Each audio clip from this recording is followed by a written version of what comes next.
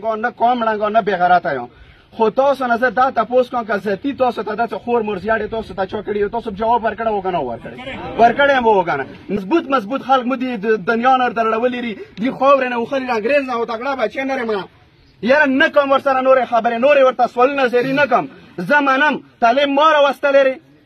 د طالب ما راوستلی دی که تا راوستلی دی دا د تا پیداوار دی دا تا راوستلی دی دې خاورې ته دنتې ته ذمهوار یې تا ته ما 3 میاشتې مخکې ویلو چې طالب راغلی دی تیغه وکړه څه مانه ټیکالې وخوري بیا ما خور مور یادې بیا د ما خور مور بېزتي کې غټ یم د ورته تماشا کوله غټ یم د ورته رشنې وراوړې نن څه کله طالب سره د تا خبره راغله نن زه دومره بېغیرته شوم څه ته علي خیل ته یې څه ته خیرات نشې کوی ته ورکزي ته یې پښتانه ته یې کومه ته ماته اجازت راکړه د خیرات په زه ورته کوم نه د غره کې ناست طالب څه سار نه تېر دی دا روان فوجي په روډ باندې دا سار نه تېر دی نه مان لاس کې بنګړي نه ریچولې زم د دې علي خیل د پښتانې بچی یم زم دا غیرات کوی شم خو سبا د یوې خبرې نه ویرېږم کومه څه بیا به یې څه د وطن نه جیب ړانګ کړ د وطن ځوانان ړانګ کړ مره زه په دین غیرات نه شم کوی زه د علي خیل د ورکزي په خور مور غیرات نه شم کوی زه په خپلو ځوانانو مشرانو غیرات نه شم کوی نه مره بې سبا خپلې هغې خور مور باندې غیرات نه شم کوی څه کومه قوه ټنګوتې راکړه خپله ستي ناسته دی څه نن یې د علي خیل په خور مور غیرات ونه کوم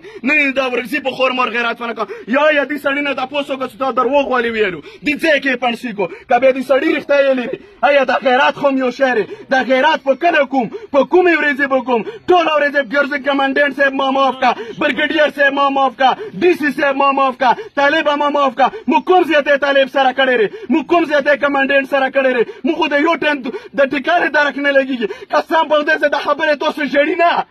د خبرې تاسو نه ژړي زه کوم مشرانو تاسو نه تپوس څه د کومې خبرې دې ځوان وکړي څه دغه زیاړې دا د دین بېعزتي د جماعت کې د مو د جماعت بې حرمتي زه کله په دین اسلام په جماعت باندې غیرت ونه کوم زه به کله کوم زه کله په خپلې خور مور باندې غیرت نه کوم زه به کله کوم وینو مړه کې ټول علي خیل د مړه کې مو علي خیل هغې ورځې نیو میراث شوي څه په کومې ورځې 500 جنازې یخې وې په کومې ورځې د ما خویندې میندې کونډې بورې شوې نن به په دې جماعته باندې زه خیرات وکړم کوم به د مخونه ړانګه شي اخر به د توره خاوره ته سوم قسم په خدای نیو جذبتي ناست یم کله چې ښه بېغمه ناست یم چا پلاره ته چا پې سترګې په ګوا ډنګوچي نشي غړوی خو دې ته چې پاسه لاندې د ما خویندې میندې ناستې وي حیا لرم عزت لرم پښتون یم پاسه فوجي مامایي ته د تا بنګلې کې څه اوسېږه دا علي خیل د پښتانه دوره د اوسان و بیا بل سړی راځي خور مور زیاړېږي د دین زیاړېږي وایي وره یک کمانډنټ ای جرنیل صاحب تا ته یم تی واوره یک کور کمانډره تی واوره ای د پاکستان ادارو تی واوره مسلمان یم پښتانه یم غیرت کوم ننګ کوم څه نن یې ونه کوم کله یې کوم خو د یو سوال درته کوم د یو ریکویسټ کوم څه دا سړی دې نه عزت سره لرې کا دا سړی عزت سره لرې کا او کدی نشي لرې کوی